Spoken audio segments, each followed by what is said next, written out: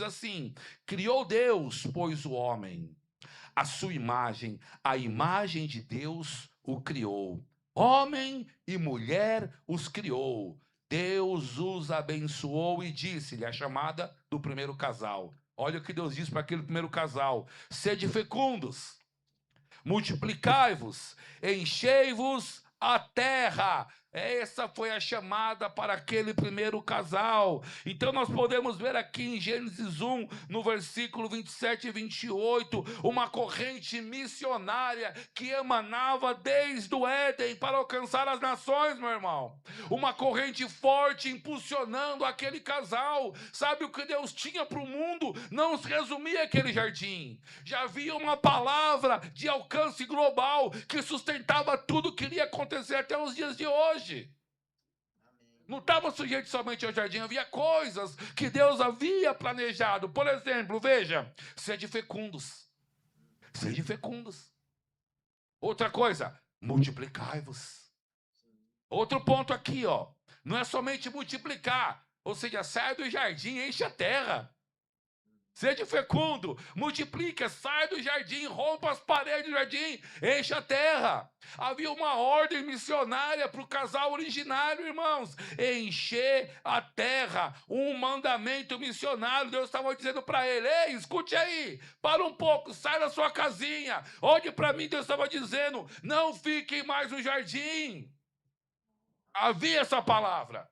Agora o que Deus queria fazer? Nós cantamos aqui hoje: ei, leve o jardim ao mundo. Leve o jardim para o mundo.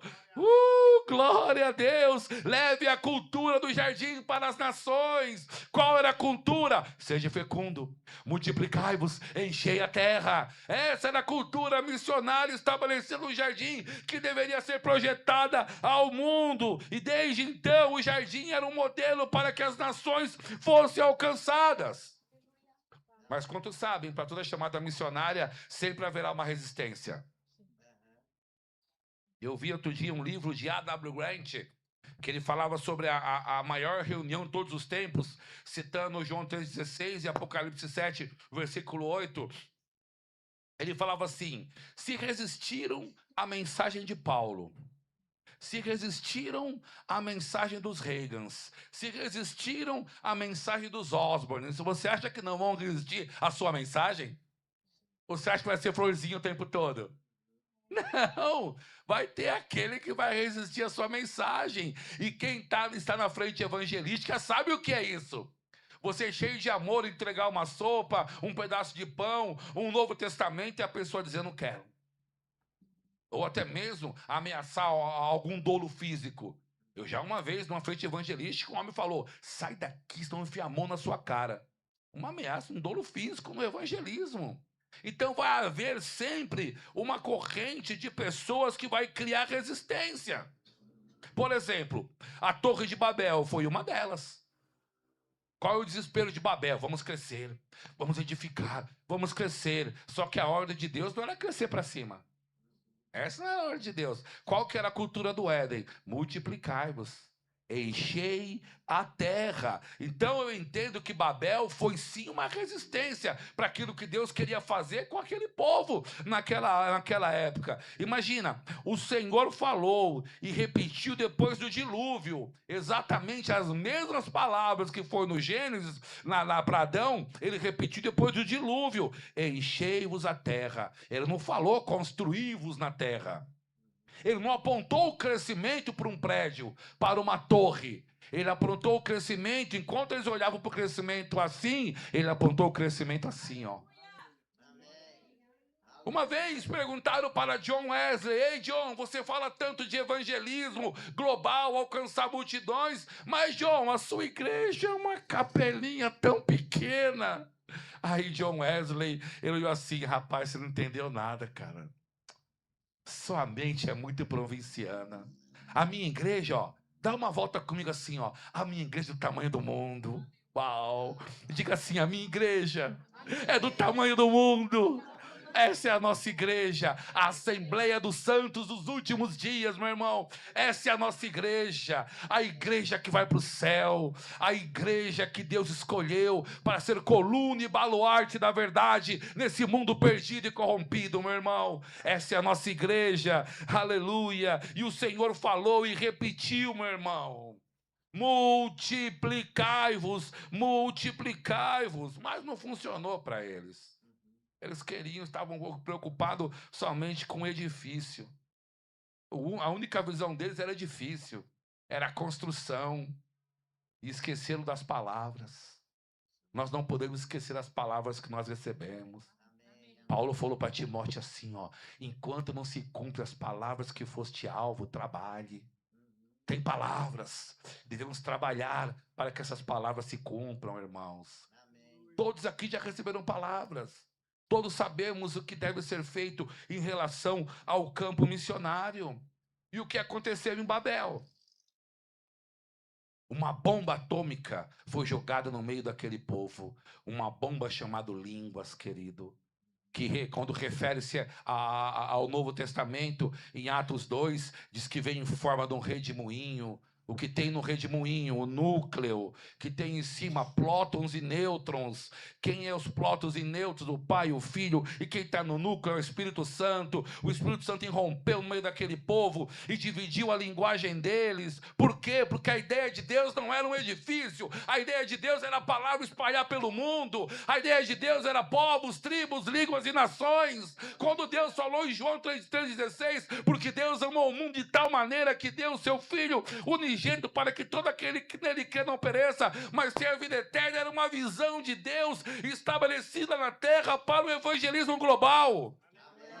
E o que aconteceu? Apocalipse 7, versículo 9. Povos, tribos, línguas e nações diante do trono do Cordeiro, louvando a Ele. Era o cumprimento do sonho de Deus. A bomba foi jogada em Babel. Explodiu. Esparcia o povo. Porque a ideia não era para cima, a ideia era para cá. Na cruz do Calvário, qual foi a visão de Jesus quando diz está consumado? Aquele céu de brigadeiro amplo. Ele viu o céu amplo da cruz. Ele não ficou preocupado com o tamanho da cruz. Quando Paulo diz assim, estou crucificado com Cristo, Paulo estava dizendo assim, ei, sai dos pés da cruz, cara. Chega de ficar se lamentando. Dos pés da cruz você tem só uma imagem, o corpo de Cristo ainda lastimado.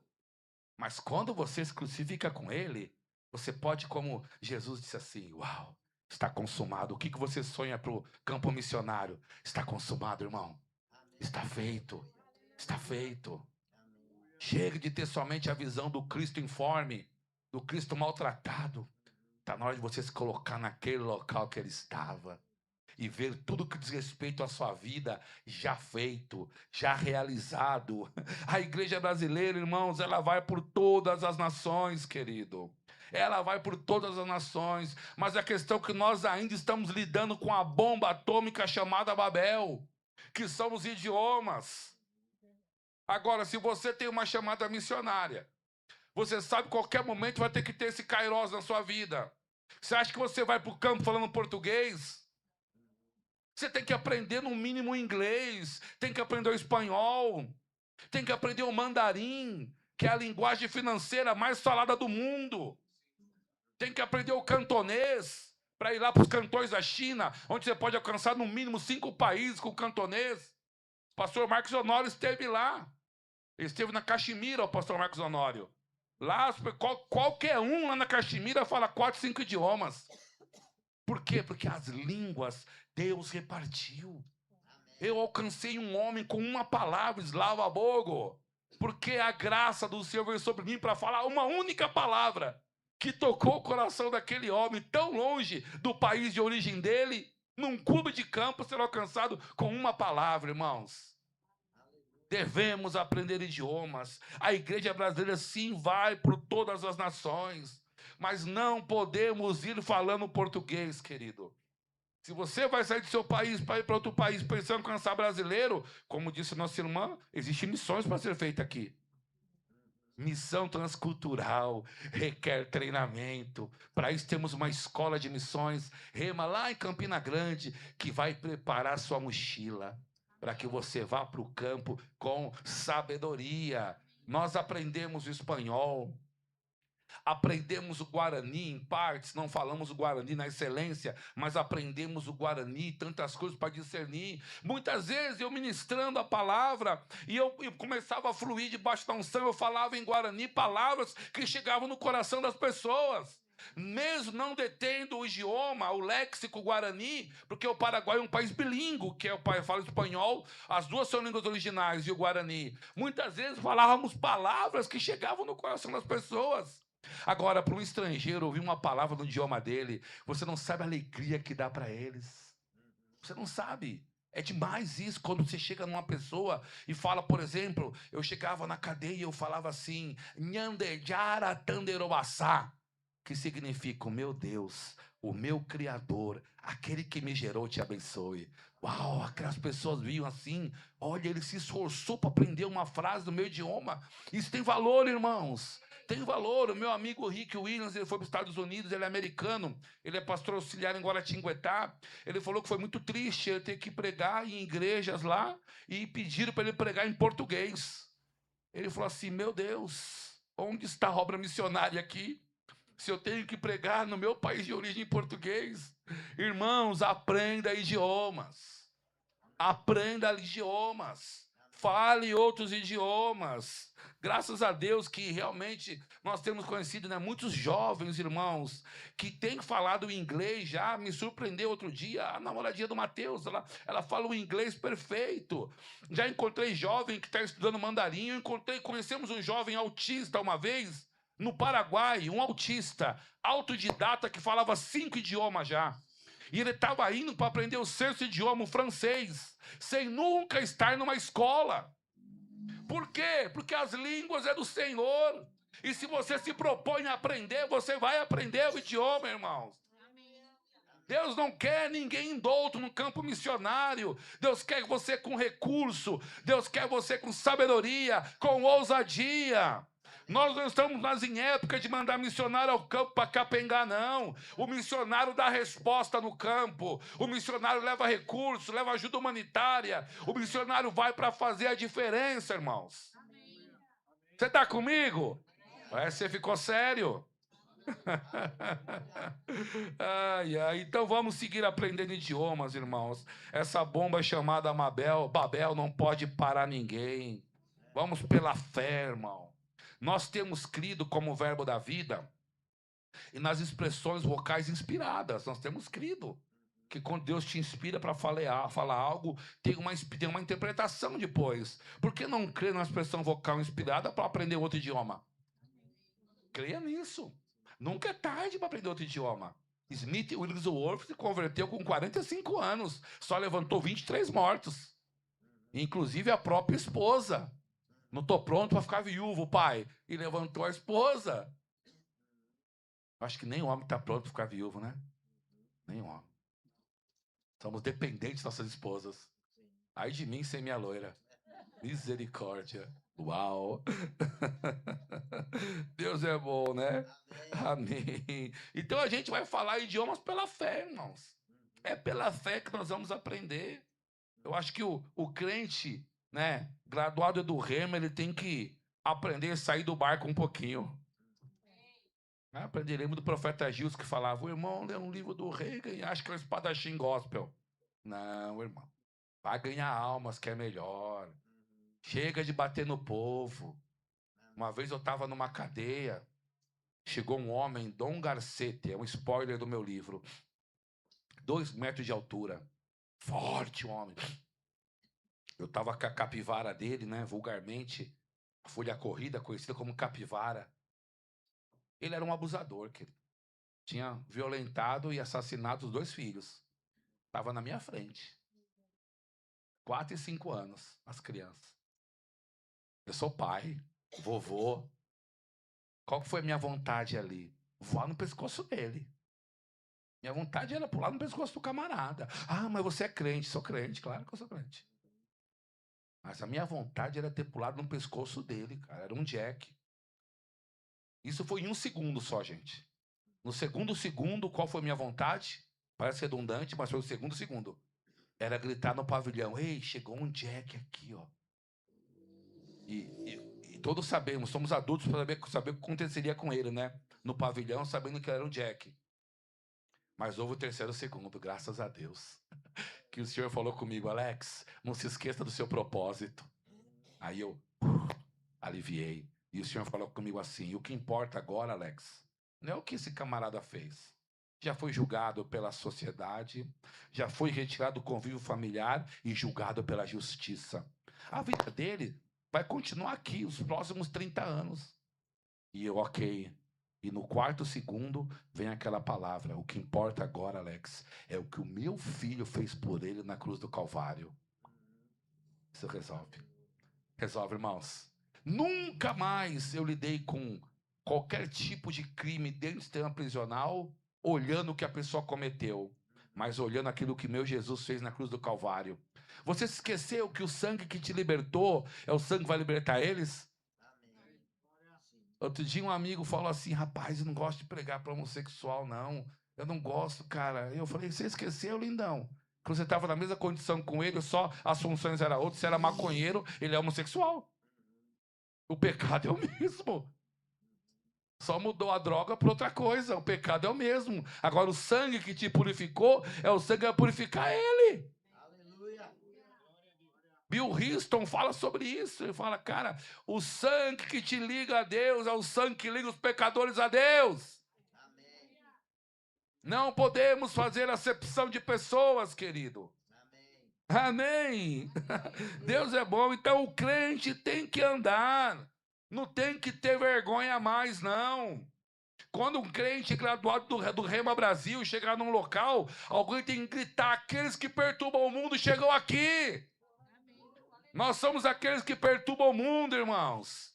Quando uma pessoa debaixo de uma influência maligna te vê, ela tem que, no mínimo, falar o seu nome, sem te conhecer. Sabe por quê? Muitos dizem poeticamente: ai, o meu nome tem que estar escrito no céu. Eu quero declarar que o seu nome seja conhecido no inferno. Que os diabos ouçam sobre você e estremeça. Uau! Chegou o pastor Joel aqui. Se estremeça, querido. Andar na rua, um endemoniado gritar: olha, eu não posso te ver. E eu estou falando de coisa que aconteceu no mínimo 3 vezes comigo com a minha esposa já. Uma vez fomos numa casa orar para uma menina que estava endemoniada. Ela tentou cometer um homicídio com o irmãozinho recém-nascido. E o demônio pegou essa menina. E quando a mãe dela nos chamou, quando eu estava na esquina da rua, ela gritava: quem mandou chamar o pastor Alex? Sem saber que eu ia chegar naquele lugar, querido. O diabo tem que ser comunicado quando você está chegando nos locais, irmão. As pessoas têm que estremecer quando você chega, porque você carrega algo do reino de Deus. Ah, mas eu não vejo isso na Bíblia. Oxe, o gadareno, querido, vieste atormentar-me antes do tempo, Senhor. Amém, irmão? Você está comigo? Amém. Ou está com raiva de mim? Então precisamos de fé, irmão, nessa expressão vocal. Precisamos aprender idiomas. Existe um rio, uma corrente, irmão. E nós estamos aqui fluindo nesse rio que começou lá no Éden. Ser fecundos, multiplicar e encher a terra com essa palavra, com esse evangelho. Eu creio, irmãos, firmemente que nessa noite Deus está reposicionando o barco de muitas pessoas aqui, para que as velas estejam de acordo com a corrente do vento, para que o leme esteja em linha com as correntes marítimas, irmãos, para que você possa ir ao local que Deus espera que você chegue. Tem pessoas, como eu já disse, que carregam parte do seu destino. Pensa nas pessoas que Deus tem colocado no seu caminho. Tem pessoas que foram enviadas, uma para que você seja o melhor crente, outro para que você seja mais generoso, e outro para que você ore por eles. Mas algo de você, essas pessoas carregam, irmãos. Amém? Então é lindo quando nós vemos numa igreja, tinha um pastor amigo nosso, o pastor Patrick. Ele era pastor de uma igreja nigeriano, lá na Praça Princesa Isabel. E nós íamos lá, 300 nigerianos, aqueles camaradas, 2 metros de altura. dançando, meu amigo, debaixo do poder. Ele era aluno do Rema, né? Fez Rema com a gente. Fez Rema lá, aliás, na Vila Matilde. E você ia pregar na igreja dele, eu pregava em português, ele traduzia para o inglês e uma outra pessoa para o Urubá. Você imagina três idiomas num único culto. E as pessoas atentas, pegando a palavra, irmãos. É lindo ver as nações se rendendo ao Senhor, povos, tribos, línguas se rendendo ao Senhor. Então nós temos hoje, pensa comigo, tantas tribos no Brasil, irmãos, tem tantas etnias, ainda tem tribo no Brasil que não tem o Novo Testamento traduzido no idioma deles. Eu estive no Amazonas ano passado, lá com o pastor João Alexandre, eu fui ensinar no Rema e eles me levaram para conhecer tribos indígenas. Ah, meu irmão, é impossível seu coração não se dilacerar, meu irmão. Eu fui na população ribeirinha, eu vi uma única igreja, uma população de umas 600 pessoas. Imagina uma única igreja no meio da selva que tinha 3 paredes a igreja, porque uma tinha caído com o tempo já. Aí eu me perguntei assim, quem será que vai se candidatar a vir pregar o evangelho para esse povo? Eu fui nas palafitas, eu vi igrejas em cima de montes de esterco, de esgoto, no meio da palafita, mas lá tinha. Lá você via a Assembleia de Deus, lá você via Deus e amor. Mas quem da palavra da fé está disposto a um lugar como esse? Nós podemos, com a palavra da fé, mudar a história de um povo desse, irmão. Mas quem há de ir por nós? Alguém tem que pagar o preço, irmãos. De renunciar à sua cidade, renunciar os seus privilégios aqui em São Paulo. Nós estamos no megalópole, irmãos. Mas quem quer ir para um bairrozinho no interior do Amazonas? Eu sei que a moda agora é ir para Califórnia, é ir para Lisboa, né? Essa é a moda, né? Agora, os missionários estão se candidatando para ir para Times Square, para ir para Paris. Aí eu lembro de Simon, né? Já que você não pode ir para Paris, cara, já que você não pode ir para os Estados Unidos, não pode ir para o Japão, começa alcançando o japonês aqui da barraca de pastel. Não é verdade? Já que você não pode ir para Lisboa, para Portugal, alcança o português da padaria. Já que não pode ir para Pequim, na China, alcança aquele homem que vende flango frito. Tudo tem uma maneira, você pode fazer, querido. Agora imagina se você alcança um japa aqui e ele volta para o país dele cheio da palavra. O que ele não pode fazer lá? Não é verdade? Uma vez eu estava numa época que eu vendia cartucho reciclado na rua. Eu comprava cartucho, dava para o meu pastor Zé Roberto e ele vendia. Na época ele era meu amigo, só nós congregávamos na mesma igreja. E tinha uma pastelaria de uma chinesa. Não falava nada de português ela. E eu pedia, né, um liso que só naquela época, sem um pau para dar no gato. Era feia aquela época, feia. Ainda estava aprendendo a ver na fé. E eu chegava lá na pastelaria dela com 10, vamos dizer, 10 real. Para tomar uma garapa e comer uma coxinha. Porque a garapa é glicose pura, um copo de garapa. Você trabalha o dia inteiro, irmão. Por que na roça comem rapadura? Porque rapadura vem da cana, é glicose, te sustenta. Então eu usei o exemplo da rapadura dos matutos do Nordeste. Falei, se eu tomar um copo de garapa, já que eu tô liso, eu aguento o dia inteiro na rua trabalhando. Ainda tinha uma coxinha de quebra. Só que no meio daquela pastelaria tinha um altar e uma santa negra com uma vela roxa no meio. E eu olhei, aquilo me incomodava, e eu falava, Jesus te ama. A mulher não falava português, mas falava assim, Jesus no Santa Si. A miserável não falava a palavra em português, mas sabia renunciar ao Jesus. Era impressionante isso. Eu voltava lá, ei, Jesus te ama. No, quente bobo, Jesus no Santa Si. Cara, mas era sempre isso, e eu tomei como pessoal aquilo. Eu ia comer lá, já não era mais a coxinha, era só para provocar aquela mulher. Mas chegou um dia que Deus tratou comigo, cara, você tá perdendo tempo, cara. Se você não é para ir com as ferramentas corretas, não vá mais. Então, um dia eu descobri uma agência de missões chamada SGM, que eles faziam um panfleto em todos os idiomas. E eu contei a história, mandei uma carta, contei a história. Aí eles me mandaram, um tempo depois, chegou uma caixa. Mas aí tinha o Novo Testamento, o Evangelho de João, tinha em mandarim, Tinha em cantonês e tinha em inglês, querido. Tinha mais de 200 tipos de panfleto. Mandarim, cantonês e inglês. Aí eu voltei naquela pastelaria, irmãos. Aí eu voltei com a ferramenta correta. Artilharia pesada, irmãos.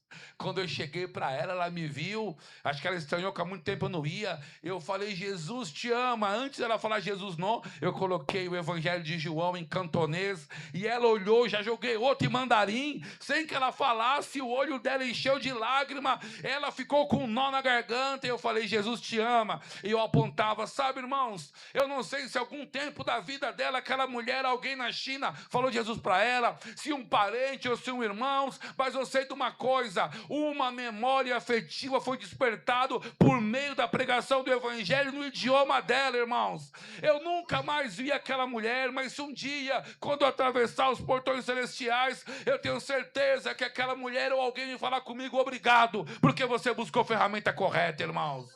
Oh, aleluia! Aquele eunuco lá que foi alcançado por Filipe, ele não morava em Jerusalém, ele voltou para a Etiópia, querido, cheio da palavra de Deus. Se você não sabe, dos apóstolos, 6 terminaram a vida na Etiópia. De tal barulho aquele camarada fez naquela região. Uma pessoa que você ganha aqui estrangeira pode fazer um ruído extraordinário. Quando o Filipe desceu em Samaria, era tão grande a zoada que ele fez, teve que descer os apóstolos para saber o que estava acontecendo. Só foram batizar as pessoas na água e para que fosse cheio do Espírito Santo, porque os mortos se levantaram, os paralíticos andaram, os mudos falaram e os cegos viram, querido. Ah, meu irmão, missionários têm que crer para essa zoada, querido. Escute. Pregação do evangelho sem sinal, é somente isso. Ruído sem vida, é pura religião. Ah, você tem que pregar o evangelho de poder. Ah, meu irmão, a boa notícia só será uma boa notícia se chegar a tempo nos ouvidos daquele que precisa, querido. Senão será notícia passada. Será jornal do dia anterior. Evangelho de poder muda o mundo, querido. Oh, aleluia! E como vai chegar? Como chegaremos às tribos? Quando a igreja decidir colocar o joelho no chão, querido. Orar para que Deus inspire pessoas, para que levante mais pessoas para alcançar esses povos, queridos. Porque lá na visão, saindo de Gênesis, indo para o Apocalipse, aquela visão fala povos, tribos e línguas. E nações já estavam diante do trono do Cordeiro. Então está dizendo que alguém tem que pagar o preço para alcançar o povo indígena. Teve uma determinada igreja brasileira que está proibida de pregar no Amazonas. A missão Novas Tribos do Brasil está proibida, porque chegaram em tribos indígenas que tinham os seus costumes naturais e quiseram colocar nos povos originários terno e gravata. Não, isso não funciona assim, querido. Se é para pregar peladão, ué. Porque é assim que eles estavam lá. Como vou querer colocar um terno e gravata no povo originário? Não tem sentido, não é verdade? Mas teve conflito. A missão Novas Tribos do Brasil, que era a maior missão que tinha ao povo indígena, está proibido pela FUNAI de entrar na selva amazônica. Irmãos, missionário não muda a cultura. Não muda a cultura, ele quebra paradigmas, amém? Nós estamos vivendo hoje num dia como nunca houve na história do cristianismo, irmãos. Coisas inesperadas estão acontecendo. Por exemplo, no mundo muçulmano, nós temos visto e escutado fatos incríveis no mundo muçulmano. Por exemplo, no mundo muçulmano, existe uma vez por ano a peregrinação à Arábia Saudita, onde os muçulmanos do mundo todo, eles vão dar volta em volta daquela pedra de mármore negra. Quantos já viram isso? Milhares de muçulmanos passam um mês dando volta naquela pedra. Tem um missionário chamado Chileno Vergara, que ele foi chamado ao povo muçulmano. Ele diz que existem muçulmanos hoje tendo visão aberta de Jesus Cristo caminhando no meio deles. Jesus, e eles veem assim, eu vi um homem, e sem uma palavra ele mostrou a mão furada, e o olhar dele parecia poços de amor, e eu depois daquilo eu não consigo mais estar aqui. Tem pessoas sendo alcançadas pelo próprio Jesus. Como é isso? Jesus alcançou Paulo. E quantos Paulos estão na Arábia Saudita, caminhando em volta da Caba no mundo muçulmano? A religião do Islã está sendo implodida por dentro. Nós tínhamos um pequeno armário na lavanderia em casa. Por dentro era pombolorento. Estava bonitinho, cheio de produto de limpeza. Um belo dia, fomos mexer, o armário desmontou, porque o cupins havia comido toda a estrutura. O evangelho está desestabilizando a estrutura muçulmana. O Islã está se rendendo a Cristo. A segunda religião que mais cresce no mundo, tem pessoas se convertendo. Você acha que eu e você podemos entrar lá? Deus é inteligente, não podemos entrar, somos ocidentais. Jesus está se manifestando para pessoas lá, por quê? Porque a igreja ocidental está orando para que algo aconteça lá. 89, vocês se lembram que caiu os muros de Berlim? O muro da pouca vergonha. Logo em seguida, as cortinas de ferro caíram. Vocês se lembram disso? Abriu-se uma janela de oportunidade para que o evangelho chegasse na Rússia, para que entrasse na Alemanha Oriental o evangelho. Países comunistas. Lembra? União das Repúblicas Socialistas Soviéticas, o RSS. O Brasil foi que nem louco. Chegou brasileiros para evangelizar. Sabe quando antigamente cortava, destroncava o pescoço da galinha e soltava ela para morrer? Os mais antigos que passou da curva dos 50 viu isso, né? As vovós torciam o pescoço da galinha e jogavam para morrer ali. Os brasileiros foram para a Rússia que nem galinha sem cabeça, achando que podia fazer algo. Foram despreparados, tomaram uma surra na Rússia, tiveram que voltar para o Brasil, com a viola no saco, irmãos. Não deu certo. Sabe? E você acha que vai ser dessa maneira com o povo muçulmano? Não. Deus é inteligente. Deus está salvando pessoas no meio deles, próprios muçulmanos, para fazer a diferença, querido, para alcançar. A questão do Islã é tão séria. Uma vez eu estava no Brás, eu vi uma loja que tinha a mesquita de Omar. Aquela abóboda de ouro que você vê na foto de Jerusalém, aquilo é uma mesquita muçulmana, não é um templo judeu, cristão. Eu vi aquela foto, aquela mesquita, eu estava numa calçada, eu atravessei a rua. Quando eu cheguei na calçada e eu parei para olhar, irmãos, não deu 3 segundos, encosta um muçulmano do meu lado e fala: essa é a religião verdadeira. Eu te convido para reconhecer Maomé como profeta e Alá como Deus verdadeiro. Em 5 segundos. Você acha que eles estão brincando? Não.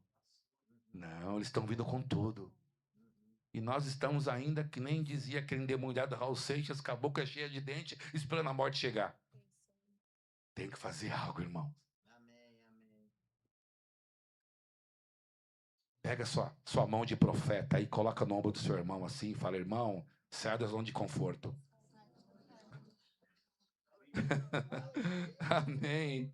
Aleluia. Aleluia. Deus é bom, irmãos. Deus é bom. Quantos muçulmanos tem no Brasil? Quantos armenos, libaneses? Pessoas que precisam ser alcançados por esta palavra. Aqui do lado, Campinas, tem a segunda maior mesquita do Brasil, está em Campinas. Em Foz do Iguaçu tem uma mesquita gigantesca. Eu fui lá, eu fiquei chocado de ver o tamanho da mesquita que tem em Foz do Iguaçu. Amém? Então Deus está reposicionando pessoas para olhar ao campo missionário, irmãos. Está reposicionando pessoas para ver o sentido do fluir dos ventos, querido. Amém. O vento está soprando nas nações. Pessoas estão sendo reposicionadas. Amém, queridos. Mateus 28, versículo 18 diz assim: Jesus, aproximando-lhes, falou-lhes dizendo: toda autoridade me foi dada nos céus e na terra. Ide, portanto, e fazei discípulos em todas as nações. A ordem foi dada no Novo Testamento. Agora que interessante, ó. Ide, portanto, e fazei discípulos em todas as nações. Eu vejo aqui a ordem do jardim se repetindo aqui, meu querido, em Mateus 28. O mesmo sentido que Deus falou lá em Gênesis 1, 27 e 28, se repetindo aqui. Agora a nova criatura, graduada do Rema, ela vai fazer a mesma coisa que Deus mandou Adão fazer e falhou. E fracassou, querido. Nós vamos por todo mundo, sendo fecundos, multiplicando e enchendo a terra de novas criaturas, querido. Enchendo a terra de novos cristãos, de pessoas que precisam nascer de novo. Irmão, aonde chega um graduado do Rema, tem que chegar uma zoada, querido. Tem que chegar uma zoada. Você não pode chegar graduado do Rema timidinho.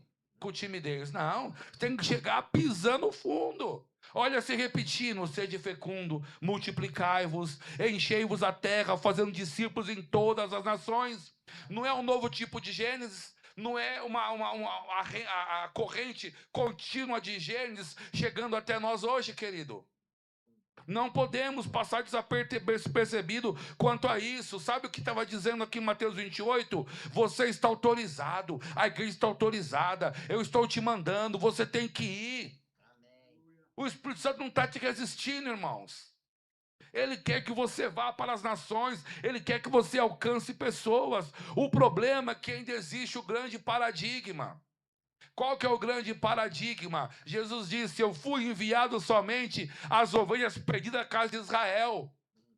Mas essa foi uma ordem primária. Foi a função que ele teve ali.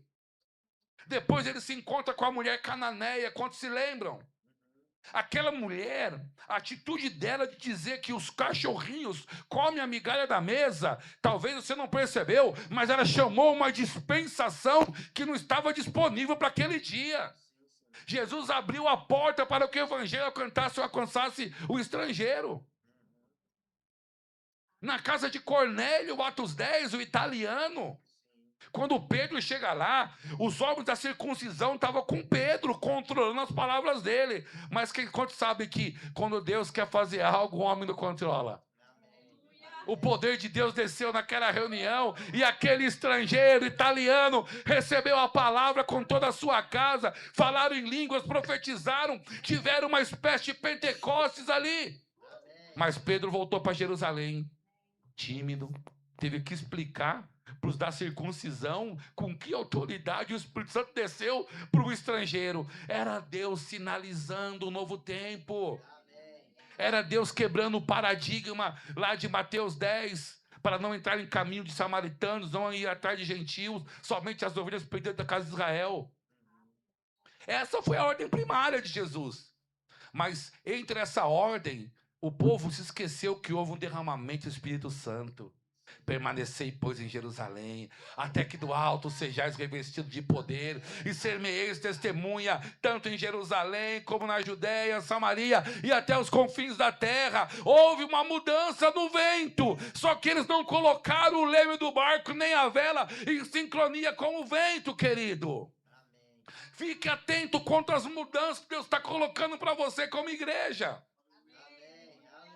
Ou seja, eles caminhavam ainda como se Jesus estivesse com eles tomando a frente, quando na verdade agora era ele, Jesus neles, e esperança da glória para quem estava perecendo. E eles não entenderam essa mudança. Esteja atento às mudanças. Deus quer mudar essa corrente. Eles estavam com Moisés ainda. Moisés ia ler o livro da lei. A glória transitória tinha acabado, só que Moisés colocava ainda o véu no rosto, para dizer que ele ainda estava debaixo daquela luz resplandecente. É isso que estavam fazendo eles, pregando o evangelho com o véu no rosto. Você tem 3 opções hoje, irmãos: aceitar ser enviado, ou aceitar que você precisa enviar alguém, ou você vai ser um tropeço naquele que quer ir, querido. Tem que decidir o que você vai fazer, querido. Eu não creio que ninguém aqui foi chamado para ser um tropeço na vida de ninguém. A obrigação de manter um missionário não é da igreja local, é do indivíduo. Por exemplo, sem mérito de causa, seja sincero, qual missionário que você está investindo? Ah, o pastor já dá, eu coopero. Não. Isso é individual. Qual missionário que você tem o Pix dele e manda uma oferta? Nós, como missionários, sabemos o que é chegar a uma oferta. Ah, mas quando tiver muito, quem disse que o missionário está pedindo muito? O que ele está pedindo é constância.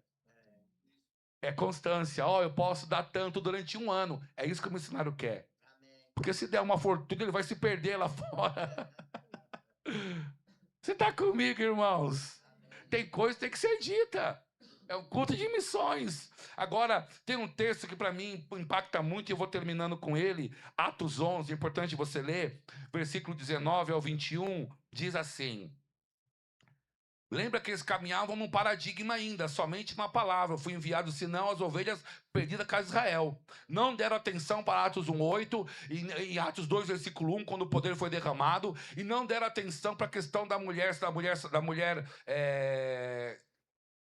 Fugiu o nome dela agora. Como? Não. A mulher que eu falei agora há pouco, foi que foi buscar para a filha dela. A mulher cananeia, não deram atenção da chamada que Deus tinha para eles. Ainda estava com véu, mas chegou Atos 11, que diz assim, ó.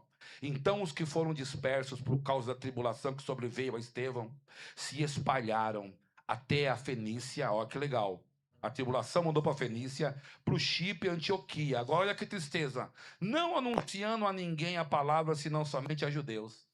Que triste, né, Maria? Deus promoveu uma tribulação para esse povo ir para as nações, só que continuavam com o véu posto na cara, pregando somente para judeus. Agora o versículo 20. Alguns deles, diga comigo, graças a Deus.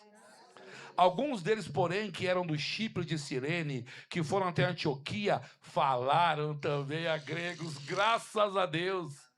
Conseguiram quebrar esse paradigma, anunciando-lhes o evangelho do Senhor Jesus, e a mão do Senhor estava com eles, e muitos crendo se converteram. A igreja decolou a partir do versículo 20. Foi provado que o evangelho podia ser pregado a povos, tribos, línguas e nações, querido. E esse é o ponto que eu queria falar contigo. Graças a Deus, porque alguém se atreveu a pregar a outros povos, querido. Nós podemos alcançar povos aqui na nossa cidade. Existem nações aqui a ser alcançadas, irmãos.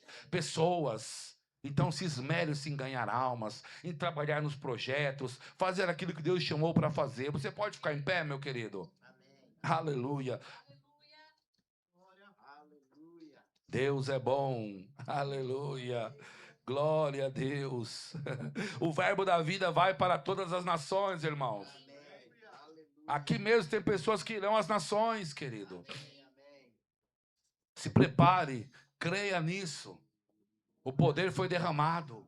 Coisas poderosas estão acontecendo. Eu ouvi uma mensagem de Billy Graham, que ele pregou no Maracanã, em 1970. 2 anos antes de eu nascer, eu tenho áudio. Quem me passou foi meu amigo, o Davi. E Billy Graham estava dizendo assim: no Brasil não tem nenhuma pessoa inocente. E ele apontou para o Cristo Redentor. No alto do Corcovado, todo brasileiro sabe que há um Cristo que é Salvador e Redentor da humanidade. Não tem nenhum inocente, irmão. Os cavalos ainda estão correndo no hipódromo, irmão. A carreira não acabou ainda. Existem peixes na velha lagoa do mundo para ser alcançado. Mas a questão é: quem aqui quer ir aos campos, querido? Essa é a questão. E eu queria orar por você, aqueles que já estão sendo preparados para o campo, que sabem que tem uma chamada missionária. Eu quero orar por você, vem aqui à frente, eu quero impor as mãos. Eu sou um missionário, eu tenho algo, eu carrego algo que vai encher a tua vida, que vai despertar algo em você. Esse é o culto de missões, é o dia que você tem que se esparramar. Amém? Você tem uma chamada, você sabe que vai ao campo. Se posicione aqui na minha frente, eu quero impor as mãos sobre você. Deus tem algo para você. Eu vou te falar uma coisa, aquele dia, em 98, quando eu encontrei com aquele missionário, a minha vida foi transformada, irmãos. Eu vi as nações, nós enxergamos o que Deus queria conosco. Aquilo funcionou tanto que passamos 10 anos de nossa vida fora do Brasil, ganhando almas, pregando o evangelho. Sabe, aquilo que Deus tem para fazer nos últimos dias, disse Billy Graham, que será feito por meio de evangelismo e missões, querido. Pensa nisso. O que Deus tem para fazer nesses dias que antecedem a volta de Cristo será feito por meio de evangelismo e missões. Eu me lembro de uma antiga história, e é muito importante você escutá-la. Diz que uma mulher lavadora de roupa soube de um evangelista que estava pregando evangelho na cidade, e ela decidiu chamá-lo para conduzir uma cruzada no bairro dela. Só que aquela mulher, ela lavava roupa para sobreviver. E ela perguntou para o evangelista, quanto custaria trazê-lo para uma cruzada? Ele falou, olha, você paga a minha hospedagem, aluga um auditório, né, e eu vou de maior prazer na sua cidade. Mas aquela mulher não tinha dinheiro, disse que ela, durante 2 meses, lavou roupa na cidade, lavava roupa na beira do rio, juntou dinheiro, aquela mulher, conseguiu pagar a passagem do evangelista, era um judeu, convertido, itinerante, chamado Mordecai Rum, o nome do judeu. E ela pagou a passagem dele, ela conseguiu alugar o local para ele dormir e alugou um estábulo de cavalo. Aquela mulher colocou cadeiras, caixa de maçã, vasilha de madeira, evangelizou a cidade. No dia que o evangelista chegou, tinha 3 crianças e 2 velhos no culto. Aquele evangelista viu, falou, bom, já que eu estou aqui, vou pregar. Ele pregou, meus irmãos, naquele culto. E quando ele fez apelo, somente uma criancinha aceitou Jesus, de shortinhos, sem camiseta, foi à frente, sem entender muitas coisas. Quando ele olhou para aquela criança saiu da reunião pulando de alegria. 1970, passando-se mais de 40 anos daquele evento, na Praça da Paz Celestial em Pequim, houve uma única cruzada naquele país socialista, mais de 1 milhão de pessoas reunidas para ouvir um homem chamado Billy Graham, que era aquela criança convertida naquele estábulo de cavalo. Billy Graham foi o homem que mais olhou face a face em pessoas na história do cristianismo. Não houve ninguém além dele. Quem sabe sobre você está o governo de algum país. Quem sabe vocês serão um canal de uma pessoa, uma criança que irá se converter, irá sacudir as nações. Meu Deus do céu, Deus é bom.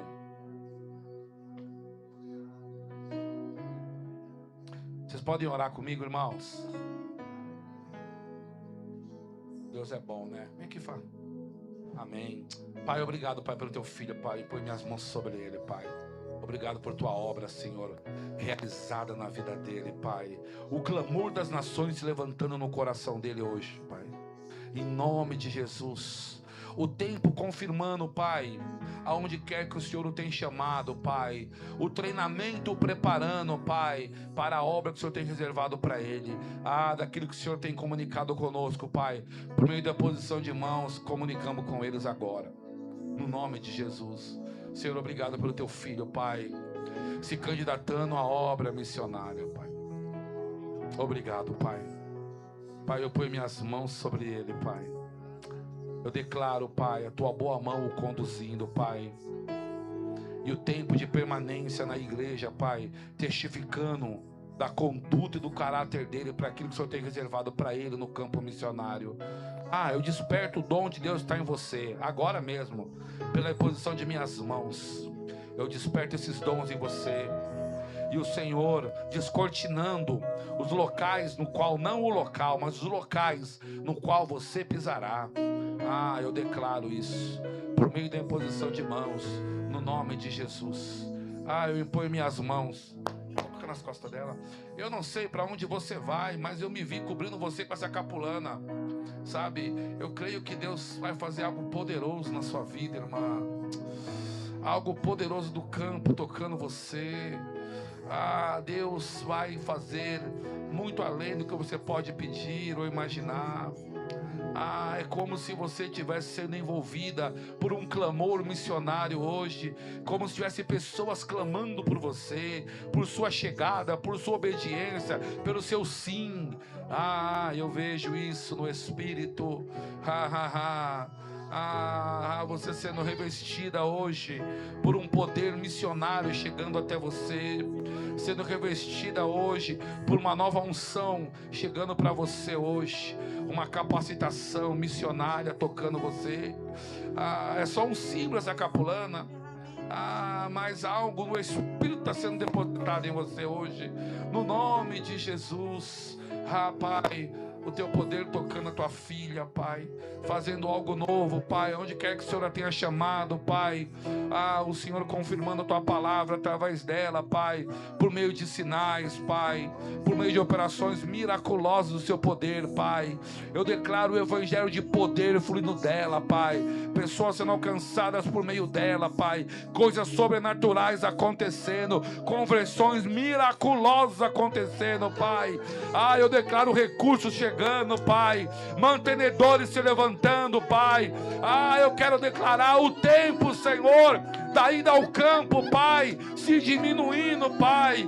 O que demoraria anos, Pai, acontecendo rápido, Senhor. Eu declaro com a posição de minhas mãos, declaramos esta nova unção sobre você hoje, no nome do Senhor Jesus. Oh, aleluia, aleluia. Não sei quanto a você, irmãos, mas se você veio aqui participar deste culto e coisas falaram com você, tocaram o seu interior, eu sou um evangelista no ofício, e eu queria saber se você ainda não confessou Jesus como seu Senhor, fazendo Ele seu Salvador, declarando que a sua vida sem Deus não pode seguir adiante. Você chegou aqui, que visita, que ouviu a palavra, que algo no meio da administração tocou seu coração e deseja entregar sua vida para Jesus. Levante sua mão, eu quero orar por ti, querido. Eu sei que é algo na minha vida que pode te tocar, te abençoar. Você veio pela primeira vez, visitante, parecia que caiu de paraquedas num culto de missões. Na verdade, é Deus sinalizando o que Ele pode fazer com você, querido, hoje. No meu caso, eu estava desviado, afastado. Sabe de uma coisa? Nem Jesus lembra o motivo que te fez afastar dos caminhos dEle. É só você que carrega esses motivos. Ele não se lembra. Ele não sabe. Passou, mar de esquecimento. O que você precisa hoje é reposicionar sua vida nos ventos. Amém? Você deseja voltar para os caminhos hoje? Sinaliza comigo, eu não quero te expor, eu quero somente orar por ti. Deus tem algo para fazer na tua vida, sabe? E seguir assim afastado do Senhor, isso não é bom para você. Não é bom para aquilo que Deus tem para fazer no mundo. O mundo está por ver o que Deus pode fazer através de pessoas ungidas. E você hoje mesmo pode se reconectar ao plano de Deus. Todos aqui já são salvos? Olha para o seu vizinho e pergunta: é com você que ele está falando? Pergunta. Ele respondeu com cara de prejuízo ou com cara de abençoado? Ele respondeu cara de prejuízo? Se ele respondeu cara de prejuízo, fala assim: eu vou com você à frente. Amém, irmãos? Amém. Louvado seja Deus por sua vida, viu? Que o Senhor possa te estabelecer, que possa fazer, minha irmã, fazer coisas novas através de você. Tá? Sabendo que um dia como esse marcou a minha vida em 1998 e eu alcancei nações através de unções que eu recebi num dia como esse. Irmã, muito obrigado pela oportunidade de estar com vocês aqui. Pastor Joel, sua esposa, vocês me receberem aqui. Há muito tempo nós conversamos em reuniões e conferências e nunca casava de vir aqui, mas agora Deus preparou. Muito obrigado, Pastor Joel. Muito obrigado a cada um de vocês, minha irmã. Quem foi abençoado nessa noite, queridos? Eu fui grandemente abençoada. E, Alex, toda vez que eu escuto o Senhor ministrar, eu fico com o meu coração grato. Em 2022, eu estava em Campina Grande fazendo escola de missões, e quando o Senhor regressou de lá do Paraguai, e o Senhor